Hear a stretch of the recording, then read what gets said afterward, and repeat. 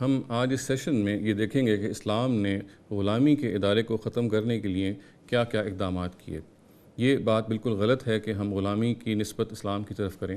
دراصل صورتحال یہ تھی کہ قرآن مجید کے نزول کے زمانے میں غلامی کا جو انسٹیٹیوشن ہے وہ عربیہ میں یا عرب کی سرزمین میں پہلے ہی سے موجود تھا، گویا کہ وہ اسلام کو ورثے میں ملا تھا۔ اور چونکہ اس زمانے میں جو غلام اور خواہ وہ لونڈیاں تھیں یا غلام تھے، وہ ہر گھر کا ایک بالکل انٹیگرل حصہ تھے اور وہ اس سماج کی ضرورت بھی تھے، معاشی ضرورت بھی تھے اور سماجی ضرورت بھی تھے۔ تو اسلام نے ایک بالکل گریجول پروسیس، ایک تدریج اختیار کی اس انسٹیٹیوشن کو ختم کرنے میں، اور اس سلسلے میں مختلف اقدامات کیے۔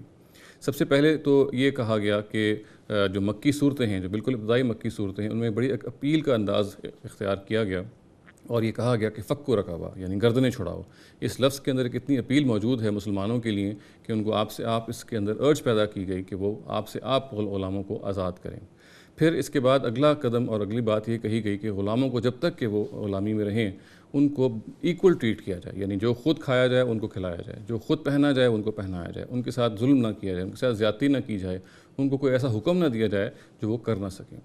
اس کے بعد پھر یہ دیکھیے کہ قرآن مجید نے یہ بھی کیا کہ بعض جو جرائم ہیں جیسے ان انٹینشنل مرڈر ہے، قتل خطا ہے یا زہار ہے، اس میں جو کفارے کے طور پہ غلام کو آزاد کرنا بھی ایک جز قرار دے دیا۔ پھر چوتھی بات یہ کہی گئی کہ ذی صلاحیت لونڈی اور غلام ہیں ان کی آپس میں شادی کر دی جائے تاکہ وہ سماجی لحاظ سے بھی، مورلی لحاظ سے بھی باقی جو ممبرز آف سوسائٹی ہیں ان کے وہ برابر آ جائیں۔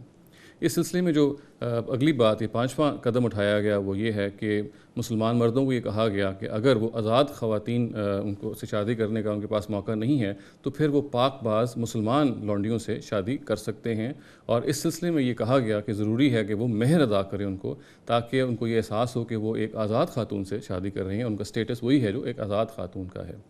پھر چھٹا قدم جو اٹھایا گیا وہ یہ کہ جو پبلک ٹریجری ہے، ابھی کہہ لیں زکوٰۃ کی جو مد ہے، اس میں غلامی کے آزادی کا، یعنی فر رقاب کے نام سے باقاعدہ مد رکھتی گئی کہ غلاموں کو اس رقم سے آزاد کرایا جائے گا۔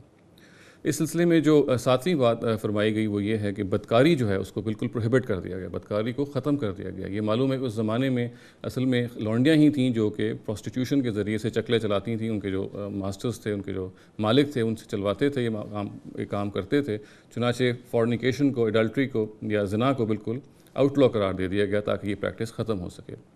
اس سلسلے میں جو ساتویں بات کہی گئی وہ یہ ہے کہ غلام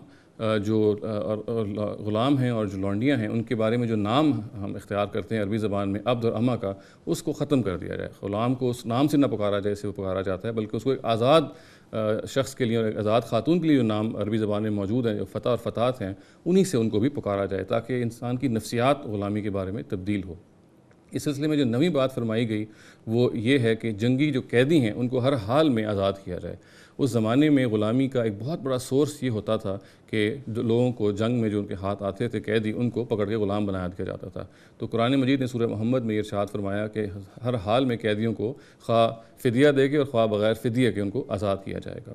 اور اس سلسلے میں جو 10ویں بات فرمائی گئی اور جو سب سے اہم بات ہے وہ مکاتبت کا قانون ہے، اور اس کا مطلب یہ ہے کہ ایک غلام یا ایک لونڈی اگر اپنے مالک کے لیے ایک اسپیسیفک ٹاسک ہے وہ کر دیتی ہے یا کچھ پیسے ادا کر دیتی ہے جو اصل میں یہ پروف کرتے ہیں کہ وہ معاشرے پہ کوئی سماجی کوئی فائنینشیل بوجھ نہیں بنیں گے، تو اگر وہ یہ کر دیتے ہیں تو پھر اللہ تعالیٰ نے حکم دیا کہ ہر حال میں پھر آپ ان لونڈیوں کو اور غلاموں کو آزاد کریں۔ یہ وہ احکامات ہیں جو اسلام نے زمانہ نزول قرآن کے زمانے میں مسلمانوں کو دیے تاکہ وہ اس غلامی کی انسٹیٹیوشن کو ختم کریں۔ اور جیسا کہ میں نے عرض کیا کہ یہ بالکل نامناسب بات ہوگی کہ ہم اسلام سے اگر غلامی کے معاملے کو ایٹریبیوٹ کریں۔ اسلام نے غلامی کو بہت تدریج کے ساتھ ختم کیا، تدریج کے ساتھ ایریڈیکیٹ کیا، اور اس کے لیے جو احکامات دیے وہ میں نے اس کی کچھ فہرست آپ کے سامنے پیش کی ہے۔ وآخر دعوانا ان الحمد للہ رب العالمین۔